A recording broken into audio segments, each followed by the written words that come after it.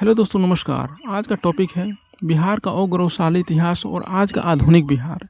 इसमें हम लोग कंपेयर करेंगे कौन सा बिहार सही मायनों में अच्छा था और जो आज का जो बिहार है, जो बर्बादी, लाचारी और बीमारी कहिए कि शिक्षा के नाम पे सब चीज़ में पूरी तरह से नेस्तो नाबूद है, भ्रष्ट हो चुके हैं आज के जो बिहार है। तो आइए हम लोग समझते हैं बिहार का गौरवशाली इतिहास के बारे में। तो चलिए इतिहास के पन्ने को थोड़ा सा पीछे लिए चलते हैं। आज से 2500 साल पहले की बात है, जब बुद्ध महावीर के समय हुआ करते थे लोग। बुद्ध महावीर जो जब बुद्ध के यही बोध गया में उनका ज्ञान की प्राप्ति हुआ। महावीर को देखिएगा, यही जैन के संस्थापक जो हुए, यही वैशाली में उनका जन्म हुआ। और देखा जाए कि बुद्ध पूरे वर्ल्ड में, पूरी दुनिया में छा गए। उस शांति का एक परचम लहराए, शांति को झंडा लेकर के आगे आए और पूरे देश को एक शांति का संदेश दिए। ध्यान, मेडिटेशन के बारे में पूरा वर्ल्ड को जगाए। वो बुद्ध, वही बुद्ध की ये नगरी है। और वही सम्राट अशोक, चंद्रगुप्त मौर्य, चाणक्य, आर्यभट्ट, वराह मिहिर, न जाने कितने लोग इसी धरती से जन्म पैदा हुए। और वही बिहार जो है आज का आधुनिक बिहार, जो बेबसी, लाचारी, पलायनवाद, भ्रष्टाचार, लूट, हत्या, अत्याचार, ये आज का बिहार है। तो पहले का बिहार जो था, शिक्षा का प्रमुख केंद्र था नालंदा यूनिवर्सिटी, जहाँ पे पूरा वर्ल्ड को पढ़ना लिखना नहीं आता था। तो यही बिहार जो था, नालंदा यूनिवर्सिटी में लोग चीन, मलेशिया, कोरिया, न जाने कितने देशों से यहाँ पे पढ़ने के लिए लोग यहाँ पे आया करते थे, यहाँ पे शिक्षा ग्रहण करते थे। यहाँ पे 2 यूनिवर्सिटियाँ हुआ करती थी, देखिएगा, बहुत प्रसिद्ध थे, नालंदा यूनिवर्सिटी, विक्रमशिला यूनिवर्सिटी। और देखिए, इतिहास को देखा जाए तो यही जो पाटलिपुत्रा है, जो आज का जो पटना है, यही जो अखंड भारत का केंद्र हुआ करती थी। सम्राट अशोक के समय देखिएगा, पूरे एकदम वर्ल्ड पे, समझिए कि पूरे, अगर एशिया महाद्वीप में देखा जाए तो पूरे चारों तरफ छाई हुई थी। यही बिहार की वो धरती है। देखा जाए इधर दक्षिण में चला जाए, श्रीलंका से लेकर के इधर अफ़गानिस्तान था, अफ़गानिस्तान, ईरान, कंबोडिया, जितना भी अदर देश है अगल बगल, सब एक ही था। बांग्लादेश, पाकिस्तान, जो भी था, सब अखंड भारत था। और इसका प्रमुख केंद्र था कहाँ पे? यही बिहार, यही पटना में। तो अभी का बिहार का हाल देखिए, जो गर्त में जा चुकी है, जहाँ पे एक मामूली एक फैक्ट्री तक नहीं है, जहाँ पे लोग पलायन करते हैं, जहाँ पे लोग आवाज़ नहीं उठा सकते हैं सिस्टम के प्रति। अगर सिस्टम पे आवाज़ उठाया जाए तो लोग उसको हत्या कर देते हैं, मार देते हैं। कोई आवाज़ नहीं उठा सकता है। ऐसे लोग यहाँ पे राज किए हैं जो उनका हक नहीं बनता है।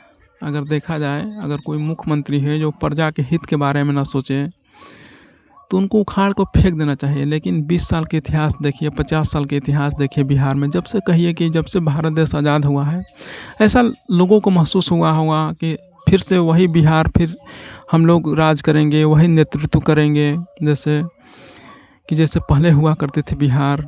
जब एक मगध साम्राज्य के नाम से जाना जाते थे हम लोग, वही से हम लोग फिर से उभरेंगे, फिर एक नया दिशा मिलेगा, गति मिलेगा। लेकिन क्या हुआ? ऐसे चंद नेताओं जो आए, एकदम मूर्ख, जाहिल, अनपढ़ कहिए इनको, जिनको बिहार को पूरा नेस्तो नाबूद कर दी। बस अपना पेट भरें, अपने आप से मतलब रखें, अपना परिवारवाद, अपना नस्लवाद। और क्या किए? जनता को क्या दिए? जातिवाद का जहर। तुम इस जाति के हो, तुम उस जाति के हो, तुम उस जाति के हो। वो निम्न वर्ग है, वो छोटा है, वो अहीर है, तो वो पंडित है, तो वो कहार है, तो वो इस जाति के हैं, वो इस जाति के हैं। न जाने कितने जातियों में विभक्त करके बस लड़ाया गया है। और लड़ा करके क्या मिला है इनको? बस अपना दाल गलाए हैं, अपना रोटी सेके हैं। अगर देखा जाए, अपना ही रोटी केवल सेके हैं। हम लोग बस लड़ते रहे हैं कि हम श्रेष्ठ हैं, हम श्रेष्ठ हैं, हम श्रेष्ठ हैं। इसी में लोग क्या आते हैं, 5 साल पे चुनाव होता है, चुनाव मतलब हुआ, बस अपना अपना दाल गलाएं, अपना, आपसे कुछ मतलब नहीं है। बस आपको बस एक मोहरा बनाएं, फिर आपको कूड़ेदान में फेंक देते हैं। चलो, इससे काम निकल गया, हटाओ इसको। आप फिर नेताजी करते पीछे जाइए। तो यही है सिस्टम से कितना लड़िएगा? सिस्टम पे लड़े, भरत तिवारी मारे गए, कहानी खत्म हो गया, सिस्टम खत्म। वो लड़का, वो बच्चा, समझिए कि पूरे समाज को लेकर कोई जातिवाद नहीं, सभी को लीड कर रहा था। सभी को, जिनको ज़मीन गड्ढे में दिया गया उसके प्रति लड़ रहा था। लेकिन क्या, उसको पागल साबित करके उसको मार दिया गया। सिस्टम यही है, सिस्टम आज का बिहार। तो इस बिहार पे कौन आवाज़ उठाएगा? क्या हम लोग युवा जागृत होंगे जो इस बिहार को बदलना चाहते हैं? देखिएगा नौकरी पे के नाम पे क्या दिया जाता है, नौकरी के नाम पे, या पूरे देखिएगा देश का यही हाल है। जैसे अगर कोई नौकरी का वैकेंसी आता है तो वही आएगा, एग्ज़ाम भी हो जाएगा, सब कुछ हो जाएगा, बाद में पेपर लीक हो गया।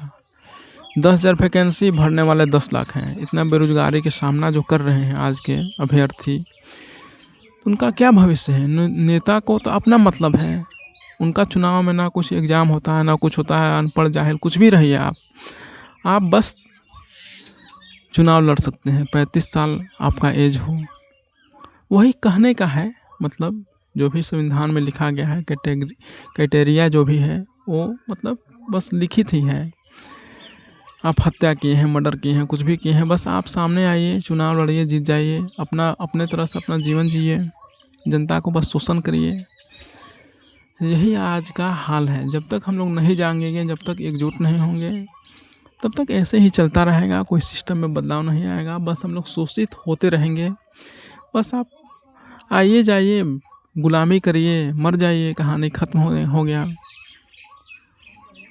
तो अगर सिस्टम को बदलना है तो हम लोग जैसे युवाओं को आगे आना पड़ेगा और थोड़ा सा नेतृत्व करना पड़ेगा। सिस्टम को कैसे लड़ना है, थोड़ा प्लान के तहत लड़ना पड़ेगा, नहीं तो ऐसे ही हम लोग मारे जाएंगे। चलिए, आज के लिए इतना है, धन्यवाद।